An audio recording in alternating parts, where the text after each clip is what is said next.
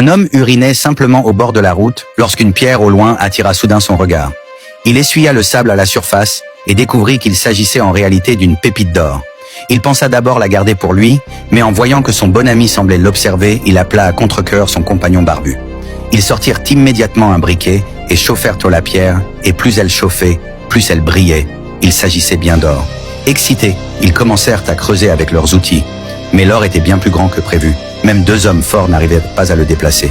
Ils continuèrent à creuser plus profondément jusqu'à découvrir non pas une simple pépite, mais une immense montagne d'or. Ils creusèrent toute la nuit sans en voir le fond, en pensant qu'ils n'auraient plus jamais à travailler. Ils crièrent de joie pour réaliser rapidement leur rêve de richesse.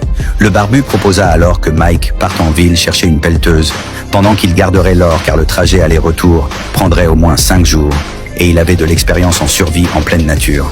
Mais Mike refusa de partir en disant que c'était lui qui avait trouvé l'or, et qu'il devait donc rester pour le surveiller, sans remarquer le regard sombre du barbu.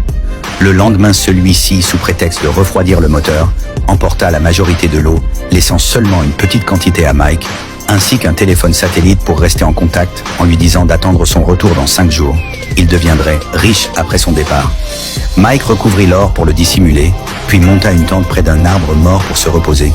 Mais à cause de la forte différence de température entre le jour et la nuit, dans le désert, il partit le lendemain chercher du bois et découvrit par hasard une carcasse d'avion. C'était un bon abri contre le soleil et le vent. Mais le problème était qu'il ne pouvait plus voir l'or. Alors il démonta l'avion et ramena les pièces près du gisement pour construire un abri de fortune, depuis lequel il pouvait voir l'or à travers la fenêtre rassurée.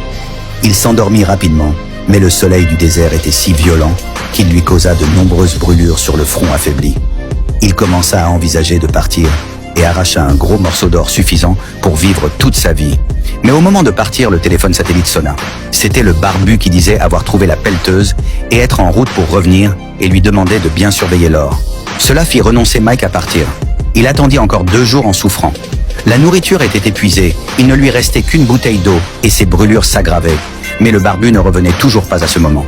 Mike vit une voiture au loin. Il hésita à demander de l'aide mais craignant de perdre l'or, il laissa partir la voiture espérant que le barbu arrive enfin. Mais au 5e jour, le barbu n'était toujours pas là, désespéré. Mike l'appela et celui-ci répondit vaguement qu'il arrivait bientôt affaibli. Mike était maintenant entouré de chiens sauvages, prêts à l'attaquer sans qu'il le sache, de l'autre côté de la montagne. Le barbu l'observait calmement avec des jumelles. Il était en réalité arrivé depuis 2 jours. Et Mike comprit enfin qu'il avait été trahi par son ami. Mais même à l'agonie, il pensait encore à l'or, tandis que les chiens le dévoraient. Le barbu riait, satisfait, persuadé que tout l'or lui appartenait. Mais au moment où il voulut enfin creuser pour le récupérer, une flèche vint briser toutes ses illusions.